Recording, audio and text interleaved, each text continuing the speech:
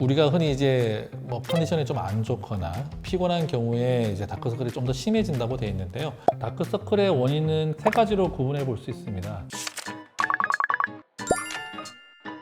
오늘의 나닥은 나다. 성형외과 전문의 전효진입니다.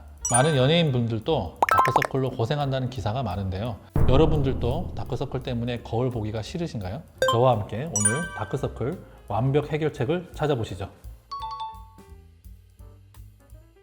다크서클의 원인은 세 가지로 구분해 볼 수 있습니다. 첫 번째는 눈 밑 지방이 튀어나오고 튀어나온 지방 아래쪽으로 그림자가 생겨서 이 굴곡 때문에 생기는 다크서클. 그리고 두 번째는 피부가 너무 얇아서 그 얇은 피부를 통해서 혈관이 비쳐 보이는 경우, 현미경 소견에서 보는 바와 같이 혈관이 확장되어 있는 경우에는 그 얇은 피부를 통해서 이 혈관이 비쳐 보이게 돼서 마치 멍든 것처럼 푸르딩딩해 보이기도 하고 붉게 보이기도 합니다. 그리고 마지막으로 눈 밑 피부에 색소가 침착된 경우, 이 세 가지로 구분해 볼 수 있겠습니다. 첫 번째 말씀드렸던 눈 밑 지방이 튀어나오고 그림자가 생겨서 생긴 이 굴곡, 이런 경우는 눈 밑 지방 재배치라든지 하암건과 같은 눈 밑 수술로 지방을 평평하게 펼쳐주게 되면 그 경계선이 평평해지게 되면서 다크서클이 해결되게 됩니다. 다음 사진과 같이 지방을 평평하게 깔아주기만 해도 눈 밑에 생겼던 다크서클이 많이 완화된 것을 알 수가 있습니다. 두 번째는요, 피부가 너무 얇아서 그 얇은 피부를 통해서 혈관이 비쳐 보이는 경우입니다.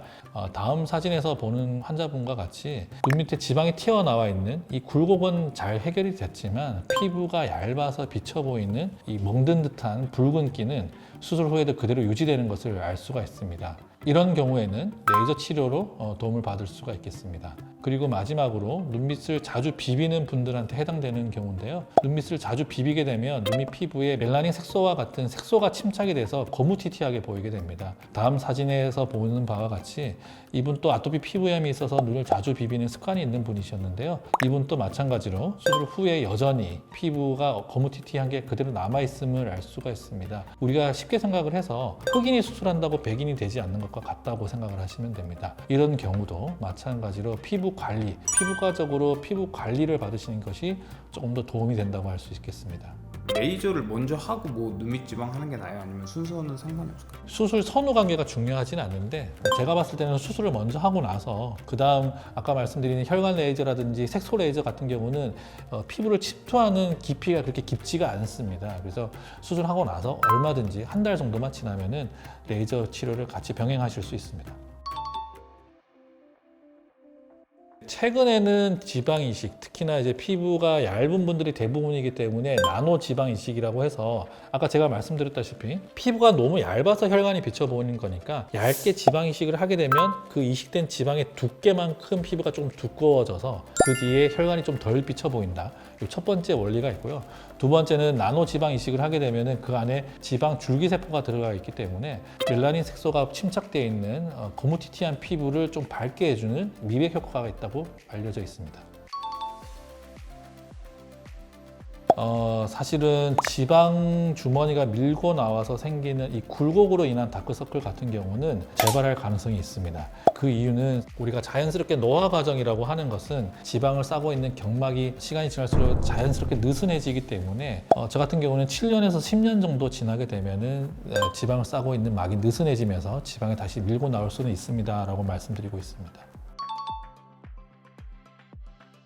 주의해야 될 점은 본인의 다크서클이 어느 것의 비중이 좀 더 높은지, 어느 원인에 의한 다크서클의 비중이 높은지를 본인 스스로 좀 아실 필요가 있습니다. 쉽게 알 수 있는 방법은요, 우리가 거울을 보면서 눈밑을 이렇게 살짝 당겨보게 되면은 눈 밑에 볼록 튀어나와 있는 지방을 좀 평평하게 만들 수 있습니다. 이렇게 하고 났을 때도 붉게 보인다.